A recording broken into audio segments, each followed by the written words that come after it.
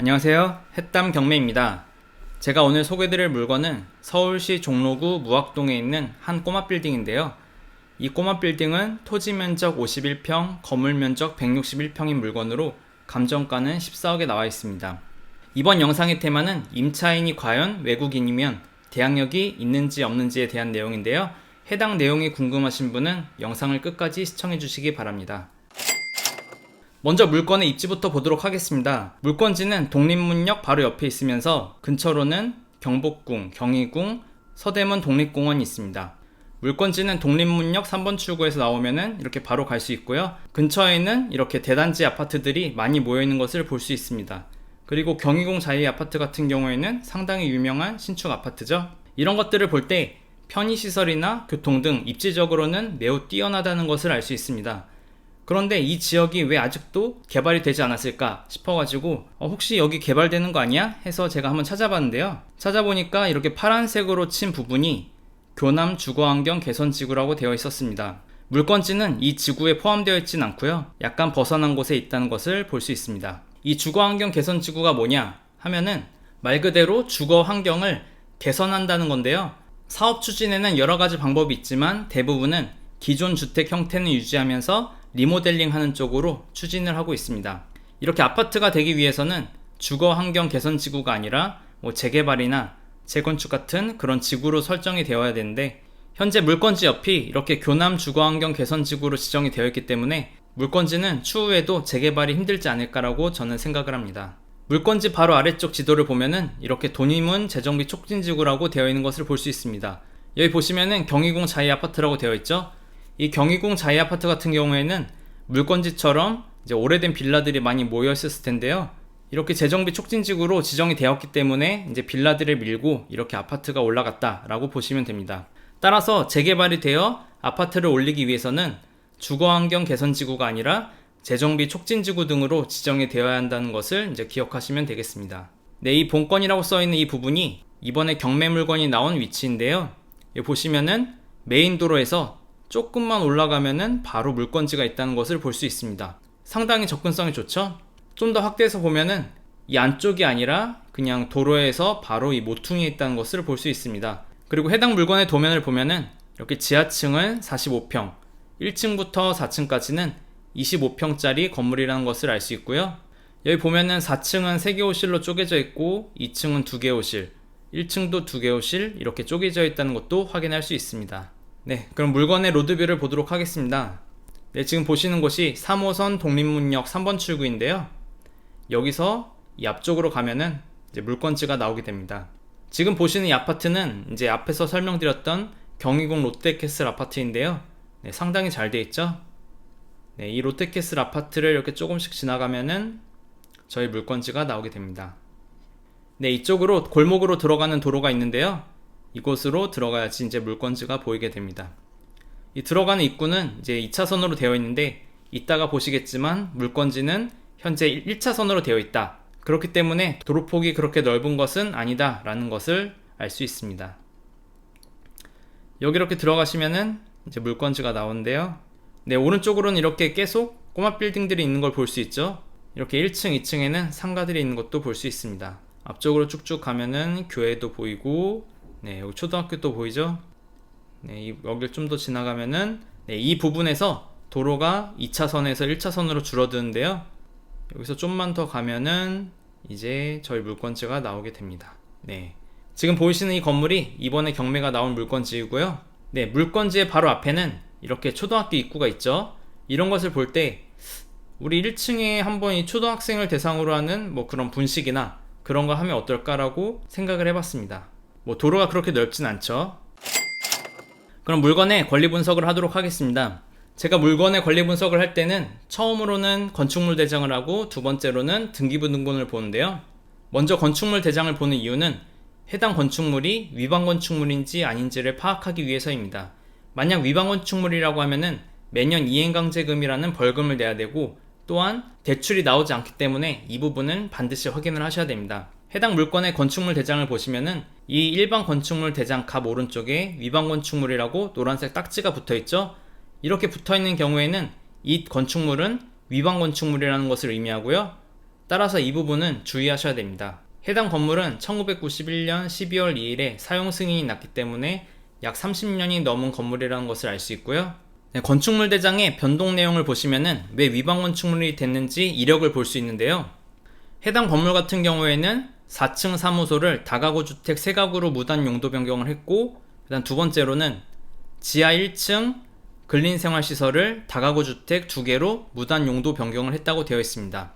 이 지하 1층 같은 경우에는 2018년 8월 16일에 다가구 주택 2개를 다시 근린생활시설로 변경을 해서 위반 건축물 표기가 해제가 됐는데요. 하지만 4층 사무소를 다가구 주택 3가구로 무단 용도 변경한 것은 아직 해결이 되지 않았기 때문에 이 건축물이 아직 위반 건축물이다 라는 것을 알 수 있습니다. 따라서 내가 낙찰받은 이후에 위반 건축물을 해제하기 위해서는 지금 주택 3가구로 되어 있는 이 부분을 다시 사무소로 용도 변경을 하시면 되겠죠. 앞에서는 건축물 대장을 통해서 해당 건축물이 위반 건축물인지 아닌지 조사를 했다면은 이번에는 등기부 등본을 통해서 권리관계를 파악하셔야 됩니다. 등기부 등본에서는 첫 번째 적힌 근저당이나 가압류 날짜가 언제인지만 확인하시면 되는데요. 여기 보면은 2017년 9월 29일 근저당이 첫 번째 나왔기 때문에 이 권리가 말소기준 등기가 되고, 이 아래로는 모든 권리와 임대차 계약이 소멸한다는 것을 알 수 있습니다. 그리고 여기 제가 초록색으로 친 네모칸을 보시면은 이 오땡땡이라는 분은 현재 1층에서 식당을 운영 중인 임차인인데요.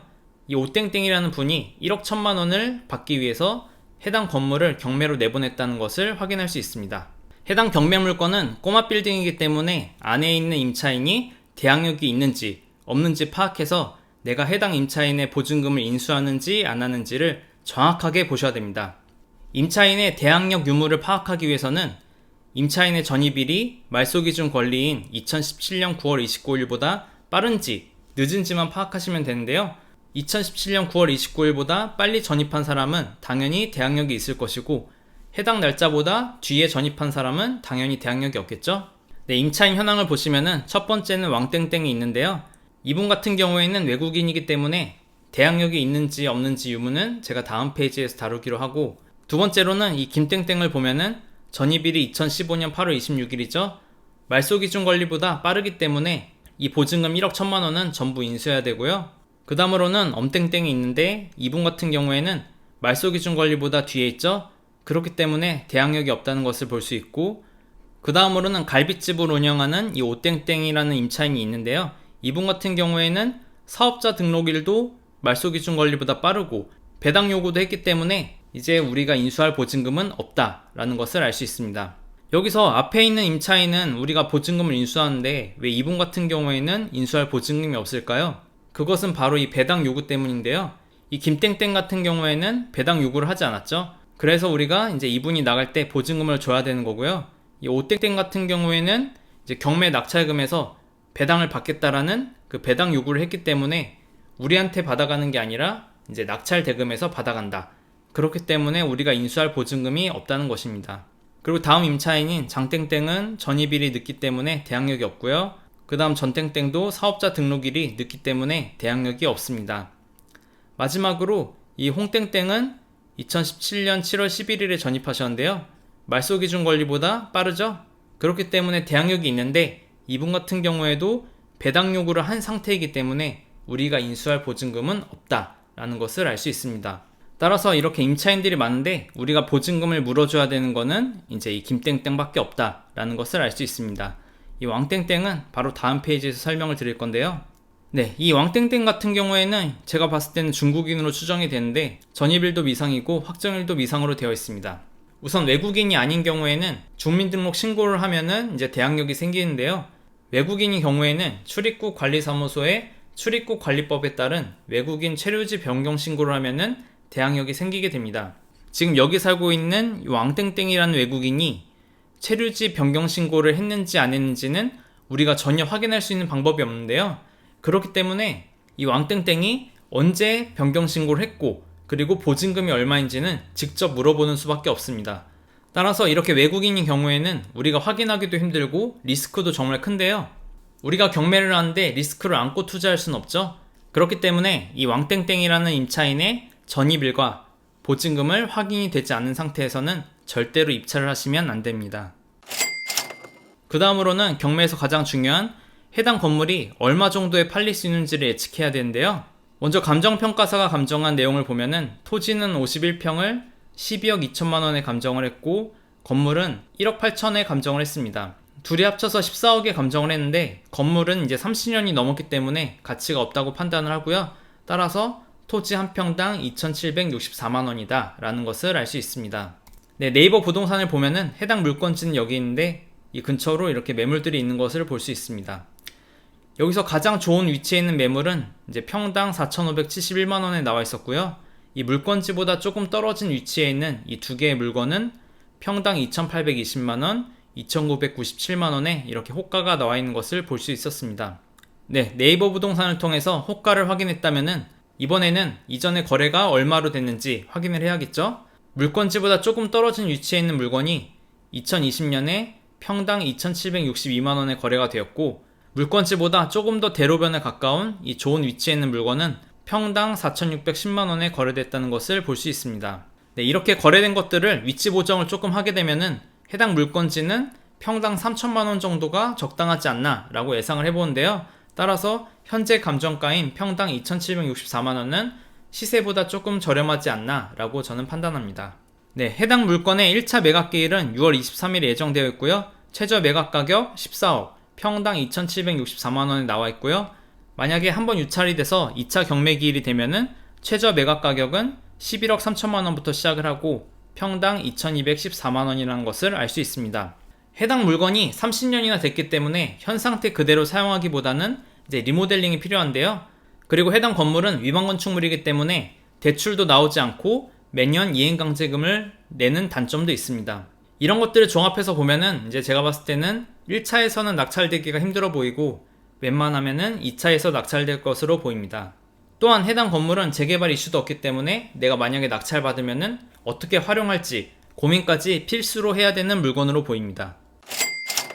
그럼 결론입니다. 해당 물건의 장점은 걸어서 1분 거리에 지하철역이 있을 정도로 교통이 상당히 좋다는 장점이 있고요. 두 번째로는 물건지 주변에 신축 아파트 등 개발되는 곳이 많아서 거주 환경이 갈수록 좋아지고 있다는 점이 있습니다. 마지막으로 세 번째는 입지가 좋기 때문에 임차 수요는 꾸준할 것이라는 것을 예상할 수 있고요. 해당 물건의 단점으로는 어떤 게 있을까요? 먼저 외국인 임차인의 보증금과 대항력 여부를 정확히 파악해야 입찰이 가능한데 이것을 알아보기 힘들다는 점이 있고요. 두 번째로는 해당 건축물은 위반 건축물이기 때문에 대출도 불가능하고 매년 이행강제금을 내야 된다는 단점이 있습니다. 그 다음 마지막으로 세 번째는 이게 제일 큰 단점인데요. 해당 물건지는 앞으로도 재개발되기 힘들다라는 점이 있습니다. 그럼 총평을 하겠습니다. 해당 물건은 분석하면 할수록 약간 입찰하기 애매한 물건으로 보이는데요. 확실히 시세 차익을 남길 만큼 많이 유찰이 돼서 저렴하면 모르겠지만 그게 아니라면 이제 시세대로 입찰하기에는 큰 메리트가 없는 물건이라고 저는 생각을 합니다. 이번 영상은 외국인 임차인의 대항력에 대해서 한번 알아봤는데요. 도움이 되셨나요? 만약 제 영상이 도움이 되셨다면 구독과 좋아요, 알림 설정 부탁드립니다. 감사합니다.